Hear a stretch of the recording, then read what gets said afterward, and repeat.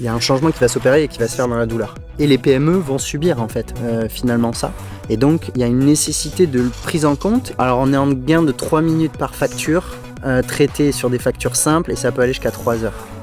En fonction de dossiers plus lourds. Donc on parle de 80% de 6000 factures, c'est ça ce que tu disais? Donc on est à peu près sur 4008. Ouais. On est sur 3 minutes par facture, c'est ça? Donc près de 15 000 minutes de gagné à peu près. Ce qui est énorme. Ouais.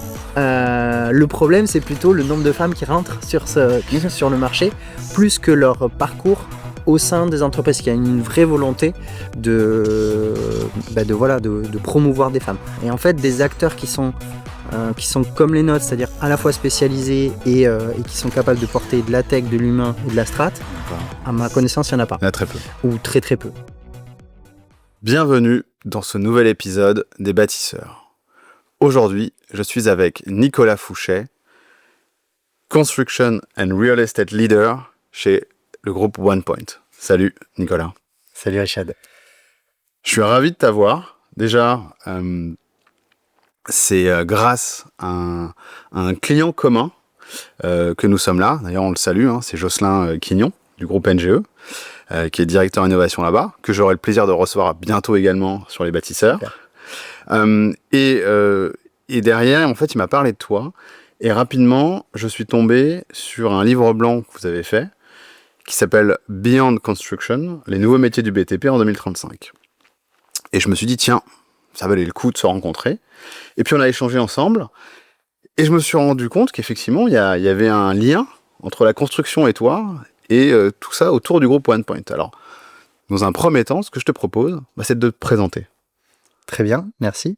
Donc moi, Nicolas Fouchet, tu as très bien dit mon poste. Je suis en charge de nos activités construction immobilier chez OnePoint. Tout comme toi, j'ai un passé entrepreneurial.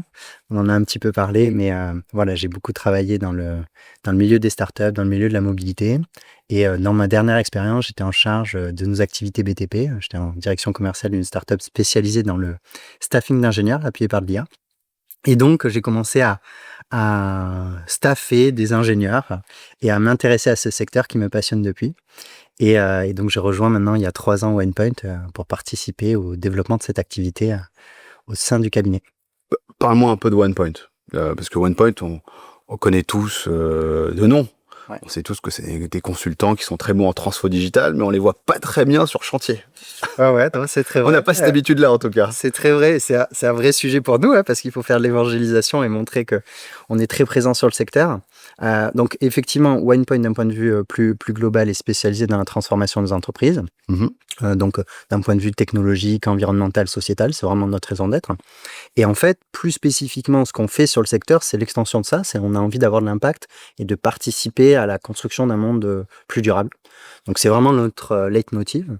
Et là-dessus, notre particularité, c'est qu'en fait, on intervient à la fois en tant que conseil pour les acteurs, donc dans leur transformation, et d'ailleurs de bout en bout, depuis de la stratégie jusqu'à la mise en œuvre des transformations, digitales et humaines. C'est un élément extrêmement essentiel et je pense qu'on en reparlera. Mais aussi, on participe à la transformation des projets, puisqu'on participe, on répond en co-traitant souvent avec des acteurs du secteur pour construire des ouvrages emblématiques. Là, typiquement, on vient de gagner un projet avec Eiffage sur le CHU de Nantes, où on porte tout ce qui est smart building et les usages associés à ce bâtiment de smart hospital. Et après, c'est un peu l'objet là qui t'a fait venir autour de Beyond Construction, mais on a l'envie aussi d'aller au-delà et donc de participer à la transformation du secteur plus globalement.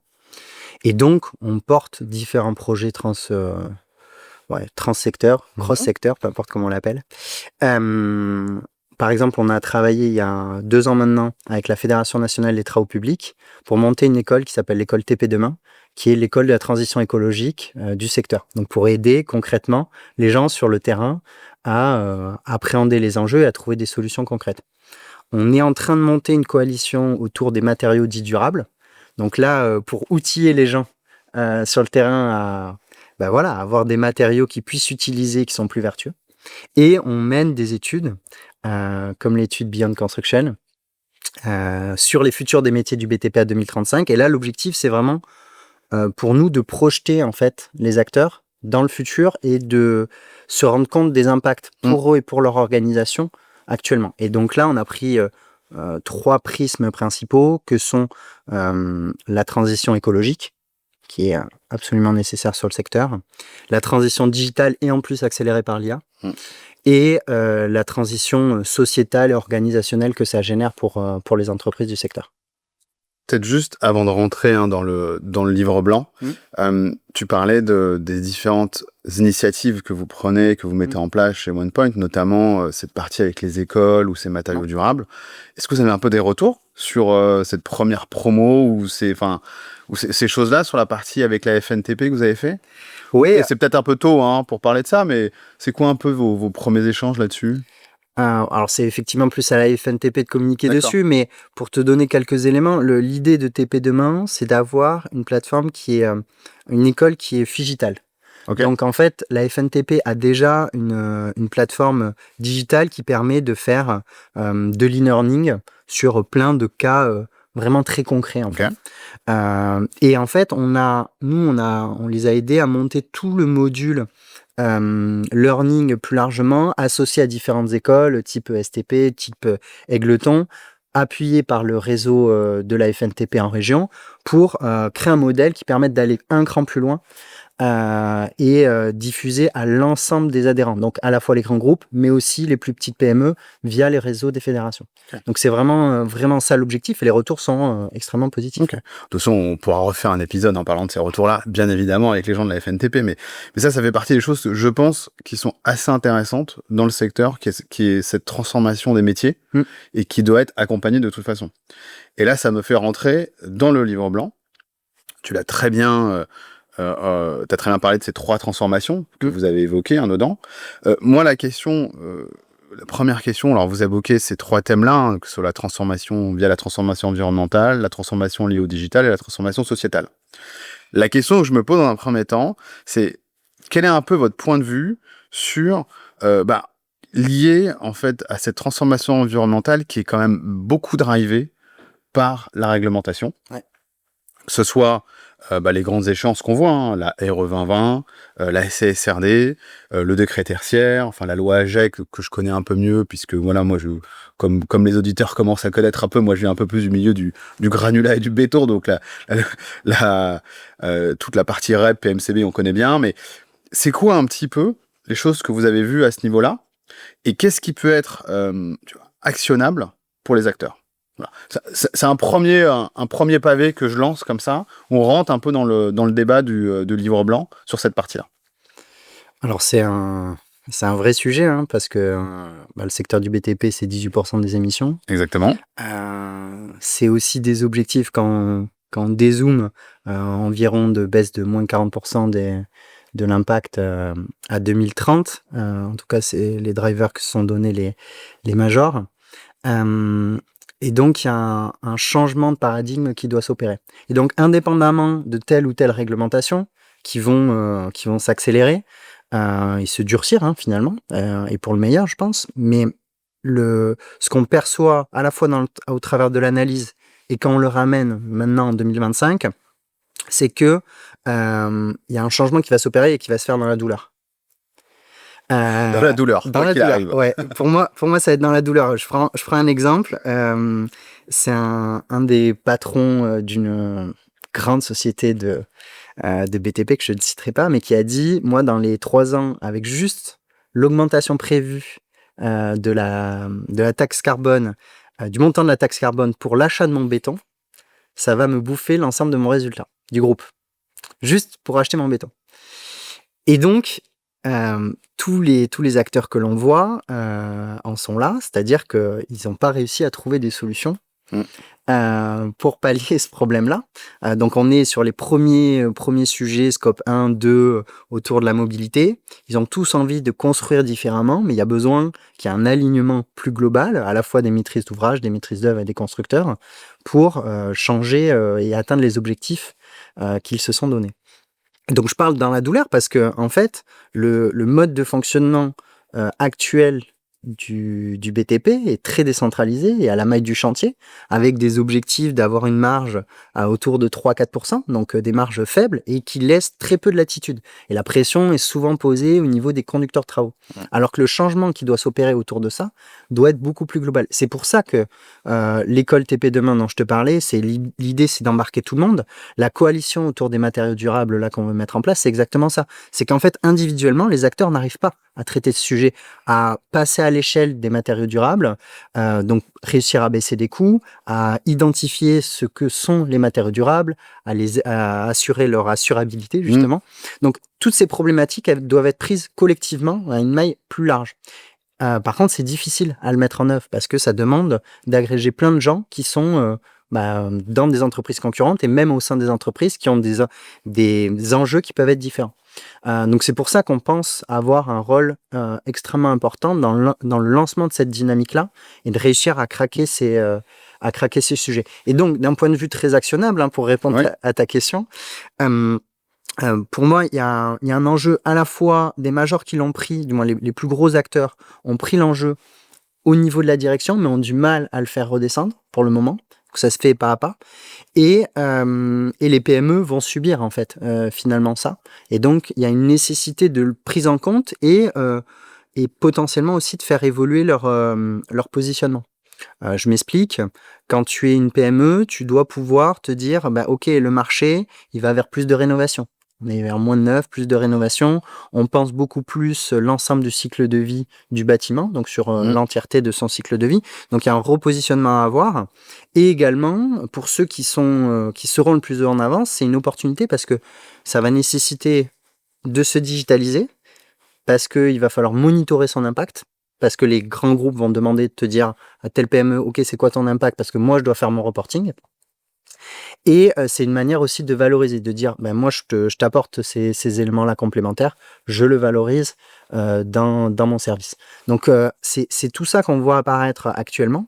Et après, si on projette un peu plus loin à 2035, là, c'est une prise en compte qui est généralisée, qui doit être généralisée, et on l'espère en tout cas qu'elle le sera, depuis des compagnons, avec la capacité à comprendre ce que sont des matériaux, par exemple, durables, pouvoir travailler du bois un coup, travailler du béton un autre jour, etc., créer beaucoup plus de flexibilité à toute la maille de l'entreprise. Donc, c'est ça les évolutions que l'on voit.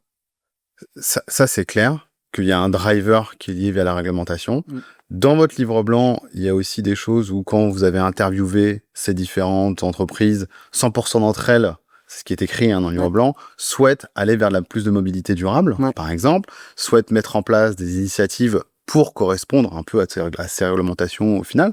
J'imagine que c'est déclenché également par les gens à l'intérieur de ces entreprises, mais également par la société telle qu'elle est. Moi, la chose sur laquelle je voulais rebondir, c'est parce que tu sais, je suis un peu la voix des PME, moi. J'ai un peu cette voix-là. Je me dis, ça va être quand même encore compliqué. C'est-à-dire que on va subir, tu l'as dit, on va subir. On va se retrouver encore sous le feu des réglementations avec des grands groupes qui vont nous dicter ce qu'on va devoir faire, accompagnés par des super cabinets comme les vôtres.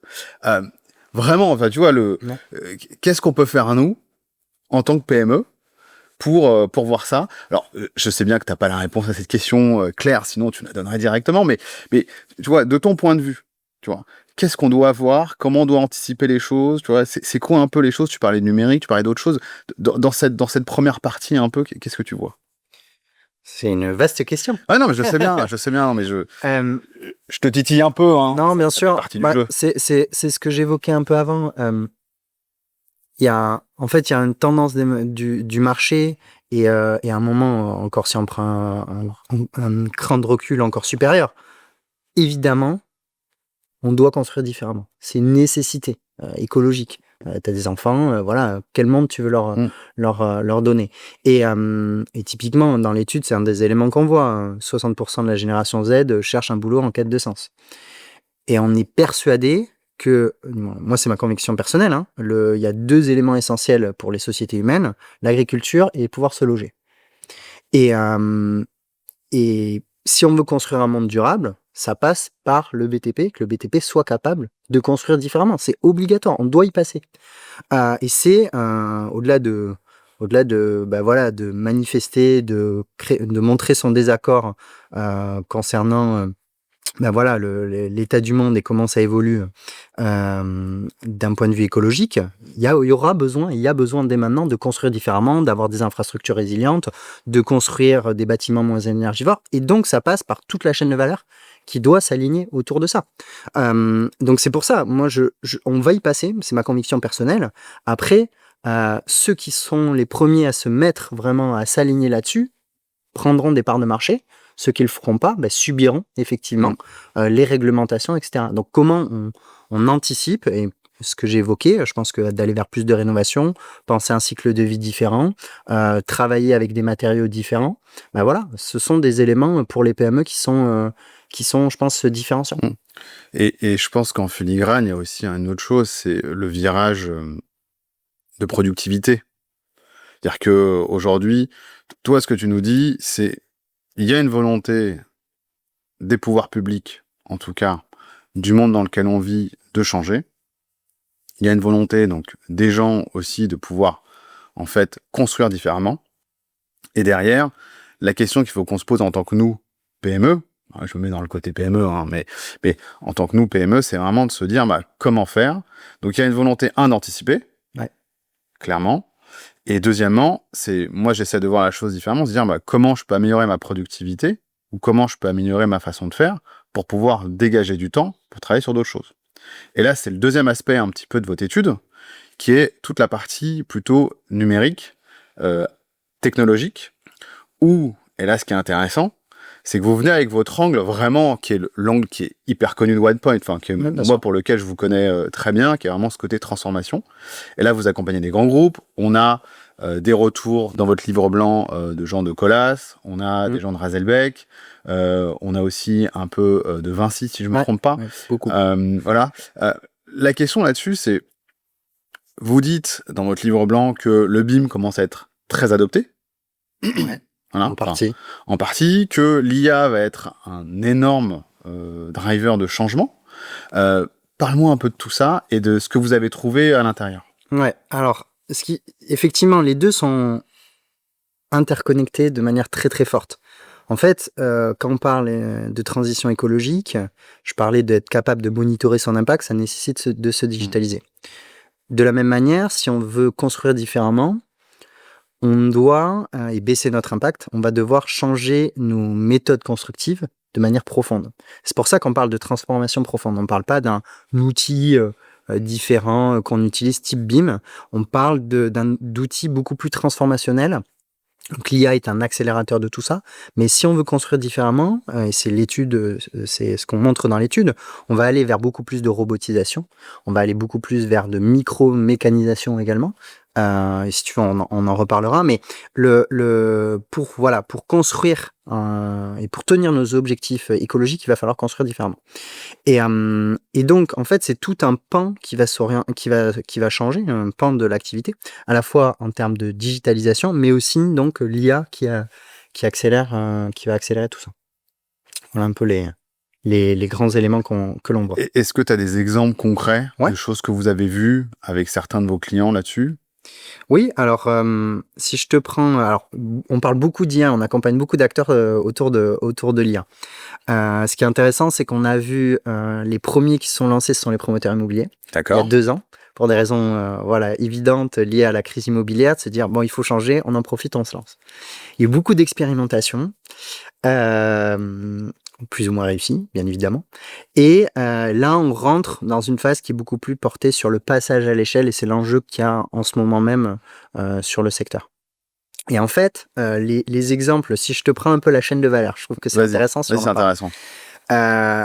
On accompagne, par exemple, Paris La Défense. La maîtrise d'ouvrage qui gère la défense comme son nom l'indique. Eux, ils ont développé des cas d'usage pour générer en fait des appels d'offres de manière automatisée et faire évoluer leur PLU grâce à l'IA. En contrepartie, tu vas avoir certains grands promoteurs immobiliers qu'on accompagne, je peux pas te dire le nom, mais qui ont travaillé, c'est assez bluffant, sur ils ont mixé de la data qui était interne, de la data aussi externe qui sont allés chercher, et on a appuyé tout ça par de l'IA et qui permet en fait d'aller dialoguer beaucoup plus facilement avec des collectivités en ayant des rapports beaucoup plus concrets. Je m'explique, tu vas avoir le bord politique, tu vas avoir quelles sont les grandes orientations passées, actuelles et projetées. Tu vas avoir des notes de synthèse sur les PLU en cours. Et donc, en fait, les développeurs, quand ils vont parler à telle collectivité, ils vont déjà avoir un rapport extrêmement complet de quelle est l'orientation globale de la métropole. Et donc là, tu mixes effectivement des startups, de la data interne, de l'IA. Donc, c'est un peu plus complexe.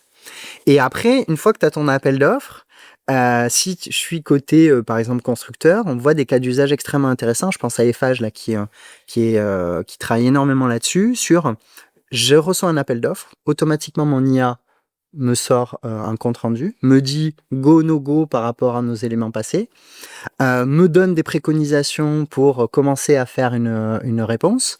Et ensuite, tu as des jeux de ping-pong, c'est-à-dire je fais ma réponse, j'interroge mon IA, ok, est-ce que c'est pertinent par rapport à ce que là-haut a dit.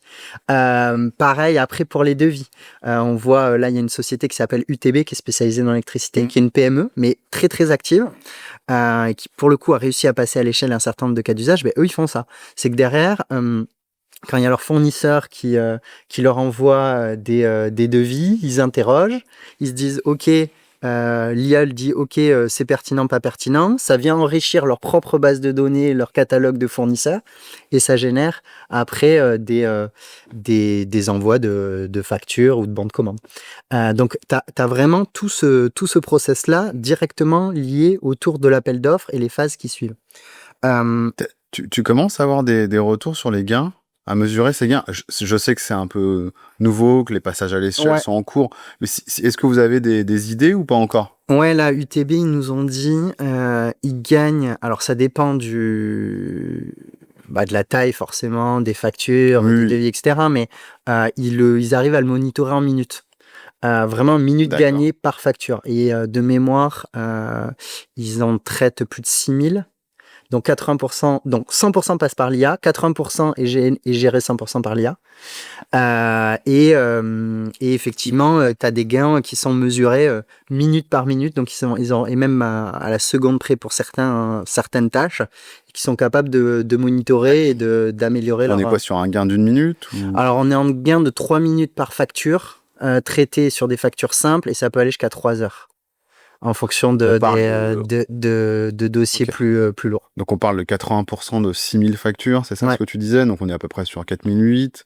On est sur 3 minutes par facture, c'est ça? Donc près de 15 000 minutes de gagné à peu près, ce qui est énorme. Je vais pas faire la conversion de tête là, en heures, mais c'est quand même assez incroyable. Ouais, exactement.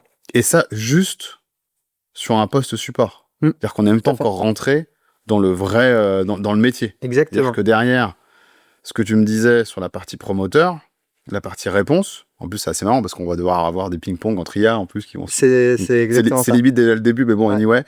Donc, si on regarde cette chaîne-là, on va avoir donc au début des promoteurs qui vont commencer vraiment à intégrer un écosystème un peu plus important. Des gens comme Eiffage au côté construction qui vont répondre. Et là, on voit le gain directement. Moi, je l'imagine directement, le gain incroyable. Et ensuite, dans la réalisation, on va aussi avoir des gains. Alors là c'est des gains, entre guillemets, très orientés dans les cas d'usage de la LIA qu'on a tous aujourd'hui, un peu plus écrit, entre guillemets. Et vous avez commencé à le voir ou pas, par exemple, dans les bureaux d'études ou les choses comme ça? Ou peut-être pas encore, hein, mais ça va être incroyable pour les calculs, pour les structures, pour la mixité des matériaux. Ça va être incroyable. Ouais, ça fait partie des cas d'usage qu'on voit apparaître. Alors, en fait, tu as eu vraiment les cas d'usage un peu simples bureautiques. Donc, tout ce qui est traitement documentaire, ce sont des éléments qui accélèrent fortement parce qu'on est sur le secteur qui génère le plus de data, l'un de ceux qui génère le plus de data, mais qui utilise le moins. Exactement. Derrière l'agriculture que je t'évoquais tout à l'heure. Donc c'est dire. Mais oui, après quand on rentre un peu plus dans le volet conception, on va avoir, et on voit déjà apparaître, Autodesk intègre dans ses solutions de plus en plus d'IA qui permettent de modéliser directement, faire une partie de la conception, challenger et typiquement en termes de matériaux te dire ok, si j'utilise tel matériau, qu'est-ce qui se passe, etc., etc. Donc là, il y a tout un pan qui va être largement accéléré, mais là directement plus, je pense, par des solutions marché qui vont intégrer de l'IA. Et après, tu vas avoir aussi sur le chantier. Exactement, j'allais y venir. Et là, c'est assez fascinant parce qu'on en voit déjà. Alors, tu vas travailler deux niveaux. L'idée, à terme, et c'est ce qu'on voit dans l'étude, c'est d'être capable, tu es un compagnon, tu es sur ton chantier, on va te dire, tu as ton téléphone et on va te dire, voilà les tâches qui sont allouées pour toi aujourd'hui, ce qui te permet d'être beaucoup plus flexible aussi, de passer sur un chantier ou un autre. S'il y a un arrêt sur un chantier, tu peux passer sur l'autre. Couplé à de la robotisation, de la mécanisation, donc les compagnons vont être pilotes de machines semi-autonomes, drivées en partie par l'IA. Donc c'est vraiment ce qu'on voit, ce qui va permettre de baisser la pénibilité et de recréer de l'attractivité. Mais ce qu'on voit là actuellement autour de l'IA, on voit des cas d'usage, UTB dont je te parlais, on est en train de mettre ça en place et je pense que c'est quelque chose qui va se développer largement partout. C'est tout ce qui est remontée d'informations à la voix. Je suis un chef de chantier, il y a du bruit dans mon chantier, parfois je parle pas français, parfois je l'écris encore moins bien. En fait, je vais pouvoir, avec mon téléphone, puisque c'est même au présent, je peux faire un compte-rendu complètement diffus, donner plein d'informations. Et en fait, l'IA arrive à recatégoriser les informations, les traduire dans X langues s'il y a besoin, les remonter dans mon CRM, eux ils ont Salesforce par exemple, et après passer des ordres, des commandes en disant voilà, j'en sais rien, il faut commander plus de peinture, etc., etc.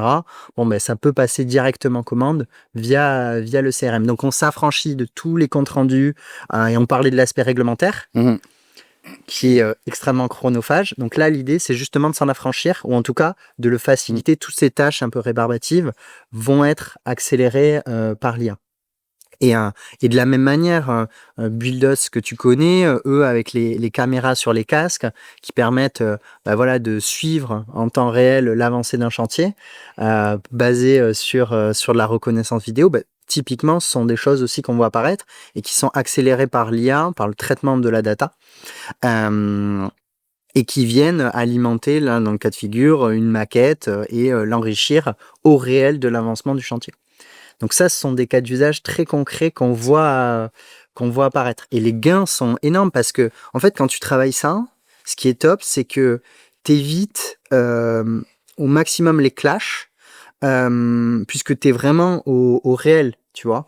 Parce que le problème, c'est que tu as beaucoup d'informations qui sont partagées sur un chantier. Donc je vais te dire, je t'envoie un mail en disant j'ai un retard ou j'ai telle personne qui doit passer à tel moment, mais une fois sur je sais pas combien, l'information passe pas. Elle est perdue parmi des montagnes d'informations. Et donc là, ça permet de fluidifier et de baisser les retards. Et si on arrive à baisser les retards et les malfaçons, l'impact écologique dont on parlait déjà va être considérable. Juste sur l'impact qu'on a de construire. Tu vois, typiquement, j'en parlais avec quelqu'un de Bouygues récemment qui avait eu dans son entourage, qui avait vu un projet qu'ils avaient mené où ils avaient dû reconstruire 3 fois le bâtiment. 3 fois le bâtiment 3 fois le bâtiment à cause de malfaçons. C'est beaucoup. Et effectivement, c'est beaucoup. Et c'est typiquement, on en discutait parce que c'est ce qu'ils prônent et ce qu'ils veulent mettre en place, ce qu'ils sont en train de mettre en place, mais d'arriver à digitaliser, mieux monitorer, leur aurait permis d'éviter ce cas de figure-là. C'est clair. Moi, je voulais revenir sur 2 sujets. Ouais. Le premier, c'est ce que je trouve intéressant dans ce que tu dis, c'est qu'il y a déjà beaucoup de choses qui sont en train d'être mises en place. Et tu prends un exemple, en plus d'une belle entreprise, qui est pas un grand groupe, qui est plutôt une ETI, ou proche d'être une ETI, tu vois, le groupe UTB. Ensuite, tu as commencé à esquisser le métier de compagnon en 2035. C'est-à-dire ce côté de se dire, j'ai tout dans le creux de la main, j'ai des engins autonomes que je peux piloter, je peux passer d'un chantier à un autre du jour au lendemain, parce que j'ai toutes les informations, parce que on me donne les mises à jour et ainsi de suite. Est-ce que tu veux nous parler peut-être d'un autre, par exemple le conduc ou le chef de chantier, ou tu vois, sa vision, en fait, comment vous le voyez à travers votre étude, hein, Mm. de son métier en 2035. Parce que côté compagnon, on le voit très bien. Ce côté, j'ai toutes les infos, je peux avoir en temps réel, faire mes remontées d'informations, ça commence aujourd'hui. Gestion des engins autonomes. Derrière, il y a également tout ce côté compagnonnage, c'est-à-dire transmission. Mm. Qu'en est-il du conduc C'est ou du chef de chantier, je te ouais, laisse ouais, voir, hein. on est finalement sur un fonctionnement qui est assez proche. L'idée, c'est l'extension de ce qu'on voit sur le compagnon. Donc effectivement, de l'information qui remonte beaucoup plus rapidement, une capacité à piloter via de la data son chantier, donc identifier les retards, ce qui est déjà en partie le cas, hein, mais identifier les retards, identifier les zones où il y a des problèmes d'appro, etc., etc., passer des commandes de manière automatisée. Là, ce qu'on perçoit aussi dans l'étude et qui est une nécessité, c'est le sujet, ça ramène au sujet sociétal parce que on a un déficit d'ingénieurs en France. Mm. Et c'est un gros problème. Et en fait, l'IA et la digitalisation, selon notre étude, va permettre en fait d'aller chercher de l'attractivité faciliter, baisser la pénibilité, aller chercher de l'attractivité pour le marché. Et aussi en automatisant au maximum un certain nombre de tâches un peu rébarbatives, on va pouvoir créer beaucoup plus de transversalité et de ponts entre les différents secteurs. Parce que là, actuellement, il y a très peu de personnes qui viennent d'en dehors du secteur. Et il y a une difficulté à avoir de la mobilité actuellement, même dans les entreprises elles-mêmes. Il y a très peu de changements. Un chiffre que je connais, par exemple, chez Bouygues, sur toutes les entités, alors ça va de TF1 à Colas, il n'y a eu que 160 mobilités internes dans tout le groupe, Ouais. entre les entreprises. 160. 160. C'est pas beaucoup. C'est pas beaucoup. Pour un groupe qui fait quand même quelques dizaines de milliers Exactement. Mais d'employés. ils y travaillent à fond, ils ont une vraie volonté de le faire et ils ont en plus cette culture parce que la notion de compagnonnage, de Tour de France, c'est vraiment quelque chose qu'ils connaissent. Mais comme tous, en fait, il y a ce problème de la décentralisation et surtout de la maille chantier. C'est-à-dire que je suis un conduc sur mon chantier dans mon agence, mon patron d'agence, il n'a pas forcément envie que je parte. Surtout si Et t'es en plus que je parte dans une autre entreprise. Et à l'inverse, il a du mal à faire venir quelqu'un de l'industrie ou faire venir quelqu'un derrière. Et c'est un gros problème structurel pour le secteur. Et donc, ce qu'on perçoit, c'est que la transformation qui s'opère avec la quête de sens, un secteur qui va permettre la décarbonation et de construire un monde plus durable, la baisse de la pénibilité, le volet le plus tech, et après tout ce qui fait la force du secteur, hein, c'est qu'il y a des gens vraiment extrêmement intelligents dans tout le secteur, des gens très volontaires. Moi, je suis fasciné de voir des jeunes conducs, 24-25 ans, les responsabilités qu'ils ont, qui entraînent aussi une pression, mais il y a très peu de secteurs qui peuvent offrir les parcours de carrière qu'ont les gens dans le BTP. Moi, je trouve ça top. Mais par contre, il faut pouvoir simplifier et fluidifier tout ça. Et donc, ça passe par le partage entre pairs, ça passe par la facilité à pouvoir bouger d'un secteur à un autre, d'une entreprise à une autre, d'une région à une autre. Et voilà. Donc c'est vraiment ces aspects-là qui sont clés qu'on voit apparaître pour les conducs. Et là, on va enchaîner sur le dernier volet Ouais. du livre blanc, qui est vraiment ce côté RH, enfin, politique de ressources humaines et attractivité. On a 26 000 emplois vacants. Aujourd'hui, 420 000 départs à la retraite sur les prochaines années. Je sais que c'est un gros sujet sur lequel vous avez accompagné des très grands groupes. Et vous avez sorti des recommandations dans votre livre blanc. Ouais. Dites-nous, partage-nous un petit peu, tu vois, vos ce que vous avez vu là-dessus, ce que vous voyez, vous, demain, à l'horizon 2035. On en a parlé un petit peu dans notre échange, mais c'est quoi un peu les retours là-dessus? Alors, c'est un gros sujet, mais c'est un sujet de société. Au-delà d'être un sujet un sujet du BTP, mais le BTP empathie. Déjà, comme je disais, on manque d'ingénieurs, on manque de femmes dans le secteur. Ça se passe parce que voilà, on pousse pas suffisamment les femmes à développer des carrières d'ingénieurs. Ça va déjà au tout début, la genèse, c'est les maths et cette fausse croyance que les femmes sont moins compétentes en maths que les hommes.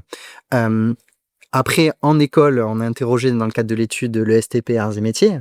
Il nous disait très bien, en fait, là où il y a 15-20 ans, si tu allais au forum ESTP, qui est un peu le forum qui donne les débouchés pour les gens de l'ESTP, les gros stands, c'était Vinci Bouillet-Fage. J'y suis allé dernièrement, tu avais des gros stands, c'était Deloitte pour aller faire de l'audit. Et en fait, donc déjà en entrée, on a moins d'ingénieurs, et en sortie, il y en a de plus en plus qui vont pas dans le secteur. Donc ça pose un problème. Et après, ce que j'évoquais, le volet pénibilité. Parce qu'on voit beaucoup de profils qui partent parce que à un moment, c'est trop dur. Et qu'ils n'ont pas forcément de perspective vraiment claire qui sont dessinées. Donc des gens qui sortent du secteur et en plus la difficulté à intégrer les nouvelles personnes. Il y a énormément de volontarisme de la part de l'ensemble des acteurs autour de ce sujet.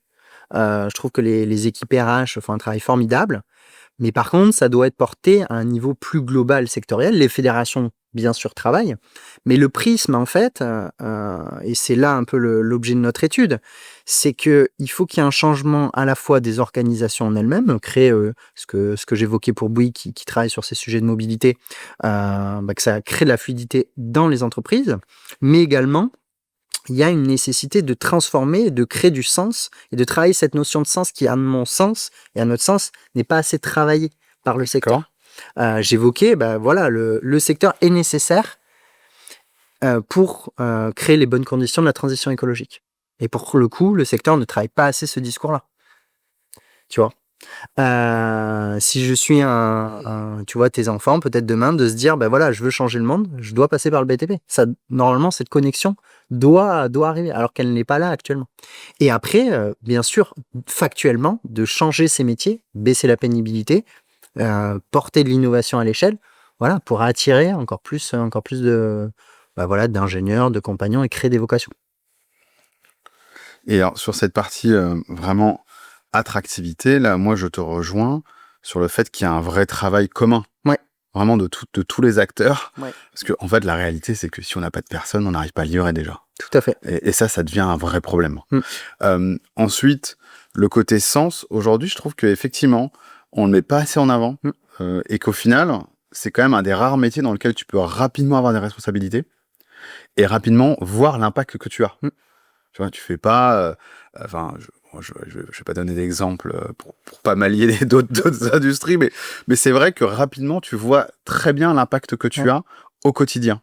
Et surtout, tu as ce côté transmission qui est naturel. Alors, tu parlais de Bouygues, bien évidemment, qui ont ça dans leur ADN depuis le début, depuis la fondation, même à côté des compagnons.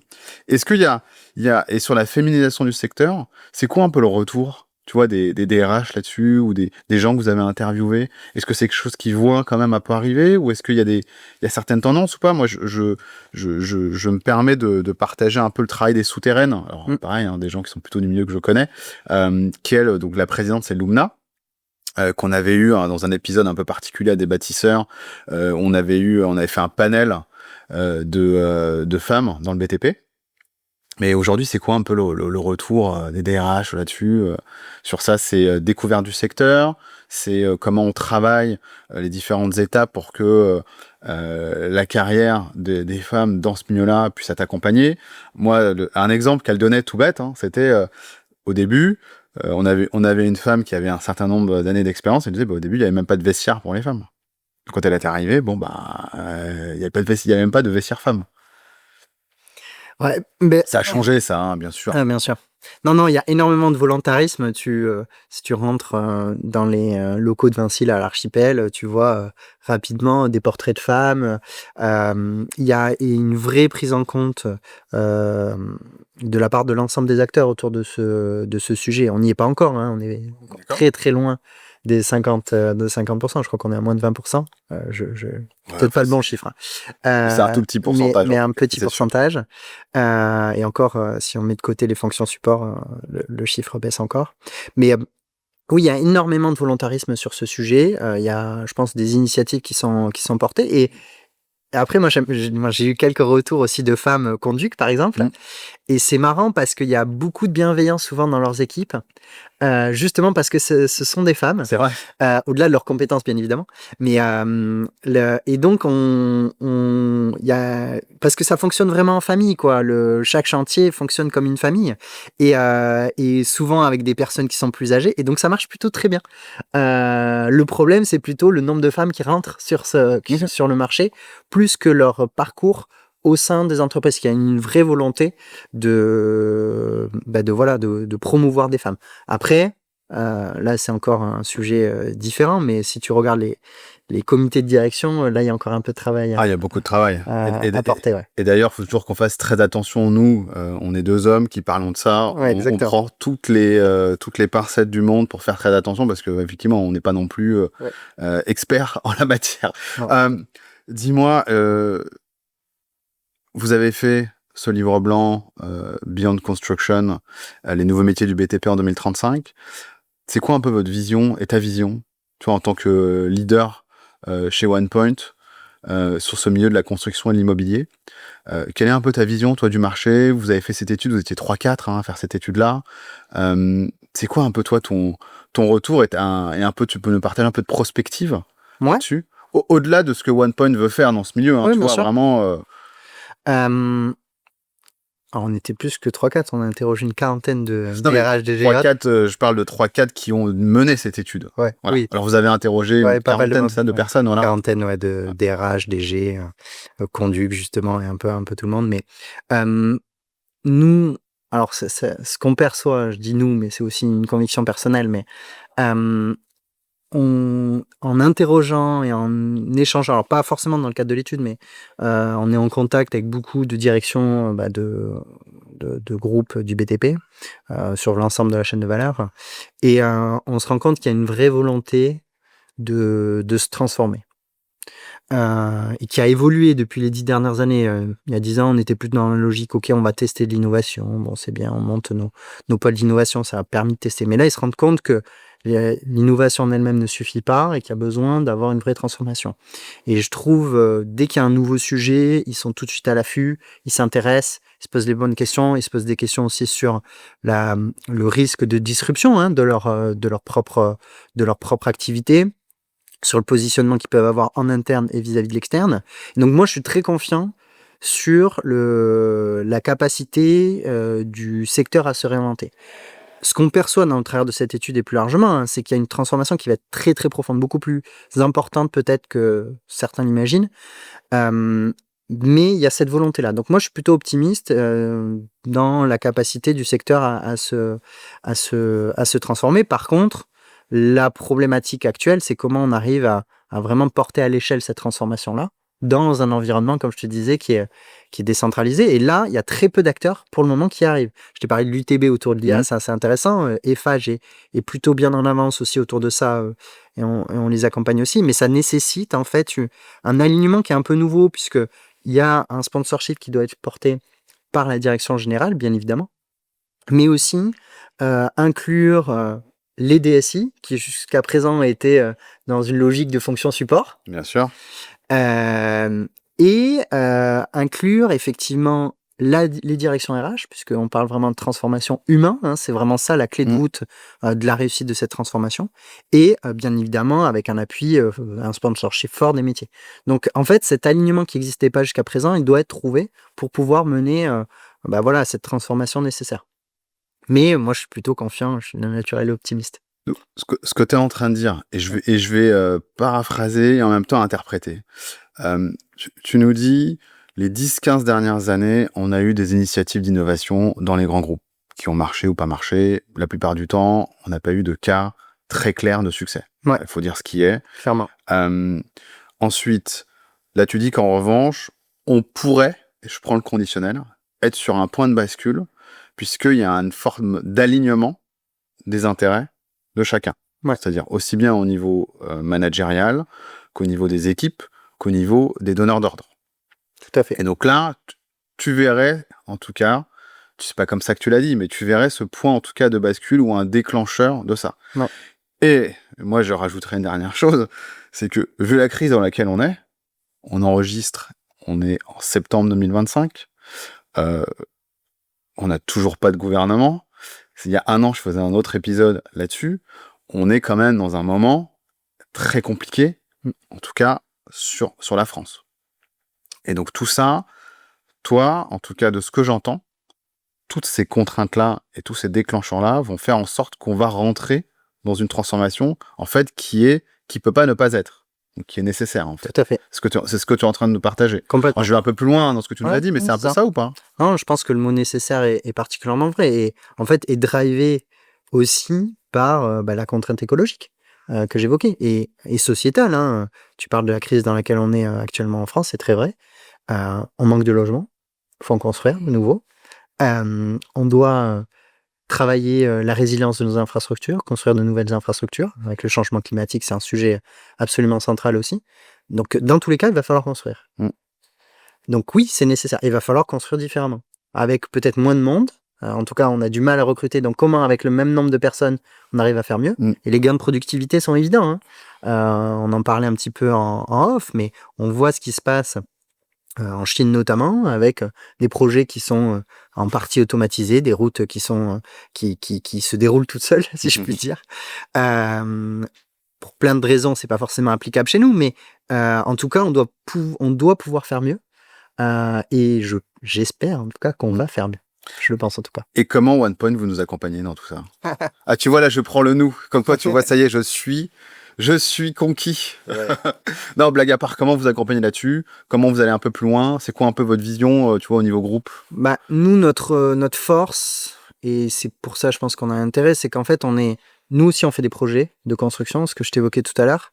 Donc, on est à vos côtés, on est un acteur à part entière de la chaîne de valeur. Donc, on connaît aussi les contraintes qu'il y a sur le terrain. Et en même temps, on peut et on aide, dans tout le process de transformation de la digitalisation. Mais moi, ce qui me tient aussi à cœur, c'est vraiment tout le volet humain. On a quasiment 200 personnes chez nous qui travaillent sur ce qu'on appelle la conduite du changement.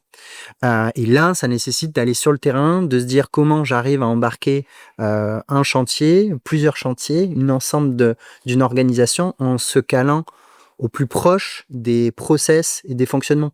Donc, tu vois, par exemple, on parlait des compagnons. Bon, on sait que les compagnons, si tu veux les faire changer, c'est pas en les faisant venir dans des salles comme celle-là. C'est en allant sur le terrain, en comprenant qu'ils n'ont pas d'adresse mail, qu'ils utilisent leur téléphone et WhatsApp, et comment j'adapte ça et je me mets au plus proche pour que l'outil soit un appui à sa performance à lui. Et donc, nous, on est vraiment dans cette logique-là de performance globale et de passage à l'échelle globale, quoi. C'est vraiment ça notre... tu vois, je parlais d'impact au début. D'accord. Mon but et notre but, c'est pas juste de se dire je fais un petit projet dans un coin. C'est vraiment comment j'arrive à massifier. Et pour ça, l'alignement que je t'évoquais, nous, c'est notre force. On parle de bout en bout, notre capacité à accompagner de bout en bout, de la strat, donc des directions, jusqu'à la mise en œuvre technologique et humaine. Voilà, on est en plein dedans. Et en fait, des acteurs qui sont comme les nôtres, c'est-à-dire à la fois spécialisés et qui sont capables de porter de la tech, de l'humain et de la strat, Il n'y en a pas. à ma connaissance, il n'y en a pas. Il y en a très peu. Ou très très peu. Donc voilà, et donc c'est pour ça qu'on est certain d'avoir un rôle à jouer dans cette transformation. Mais il n'y aura pas trop de bras pour porter tout ça. Hein. Il y a de la place. Voilà. Nicolas, est-ce qu'il y a... On arrive un peu à la fin là, de notre interview. Est-ce qu'il y a un sujet que tu voulais aborder ou quelque chose que tu voulais partager un petit peu à la fin, ou peut-être nous partager un des interviews que vous avez mené avec quelqu'un qui t'a marqué? Ouais, déjà je vais te donner, parce que je te l'ai pas donné, la version papier de Beyond Construction. Merci beaucoup. Voilà. Ouais, une interview. Bonne question. Non, en vrai, il y avait des interviews absolument fabuleuses. Beaucoup plus diversifiées que ce que je pensais. D'accord. Initialement. J'étais assez marqué à la fois par les initiatives qui sont portées. un peu par tous. Je parlais des RH tout à l'heure, voilà, la prise en compte de la mobilité, des sujets, des gens beaucoup plus pointus que nous, bien évidemment, sur toutes ces thématiques. Mais j'étais marqué aussi par les échanges que j'ai eus avec le STP Arts et Métiers. Euh, avec la compréhension que je t'évoquais tout à l'heure sur pourquoi on manque d'ingénieurs, comment on peut faire évoluer. Et tu vois, typiquement, là, on est en train de travailler, de réfléchir avec le STP aussi pour monter des masters spécialisés autour de la data à D'accord. l'ESTP pour commencer à intégrer ces notions-là. Et ça, sont vraiment des éléments très concrets qui sont nécessaires pour accélérer cette transformation. Mais non, moi, si je devais dire un mot et ce qui me fascine, c'est vraiment l'abnégation, l'intelligence qu'il y a dans le secteur et de tous les gens qu'on a pu interroger. Moi, c'est fascinant. Je suis quelqu'un d'assez curieux et comme toi, hein, si tu fais ces podcasts, c'est aussi pour ça. Mais on voit des gens absolument fabuleux à tous les étages. Donc, c'est pour ça que je suis confiant sur l'évolution du secteur. Bah, écoute, merci beaucoup. Merci beaucoup, Nicolas, pour ton temps. Tu remercieras tes équipes pour ce livre blanc, en tout cas. On attend d'avoir le prochain sur les métiers du BTP ou le BTP en 2050. Ouais, peut-être. Avec grand plaisir, en tout cas, on le lira. On mettra le lien dans la description de l'épisode, en tout cas. Moi, je voulais te remercier et remercier également tous les acteurs qui ont contribué à ce livre blanc, qui nous ont permis aujourd'hui de nous réunir et de partager un peu cette vision-là. Moi, je vais retenir quand même une chose, hein, c'est l'optimisme. Mine de rien, tu transpires cet optimisme-là et de dire, bon, de toute façon, dans le BTP, des crises, on en a eu. Tous les 10-15 ans, de toute façon, il y en a. C'est pas ça qui va nous faire tomber. On peut être là au début d'une nouvelle chose, couplé à différents alignements qu'on voit. Et en fait, non, c'est un plaisir, ça donne envie, en tout cas. Voilà, merci en tout cas pour ça. Merci à toi. Merci en tout cas, chers auditeurs, si vous nous avez suivis jusque-là. Merci vraiment de nous avoir écoutés. Vous savez, et je vous le redis, le podcast remonte dans les classements si vous le likez et si vous le commentez. Donc s'il vous plaît, likez cet épisode si vous l'avez aimé, commentez-le, partagez-le avec vos collègues ou partagez-le avec votre réseau. Ça nous permettra d'être mieux connus et d'avoir des très bons intervenants comme Nicolas aujourd'hui et de pouvoir en fait augmenter notre notoriété et augmenter en fait tout ce qu'on fait pour vous. Nicolas, écoute, merci, à très vite et à un prochain épisode des Bâtisseurs. Merci Richard.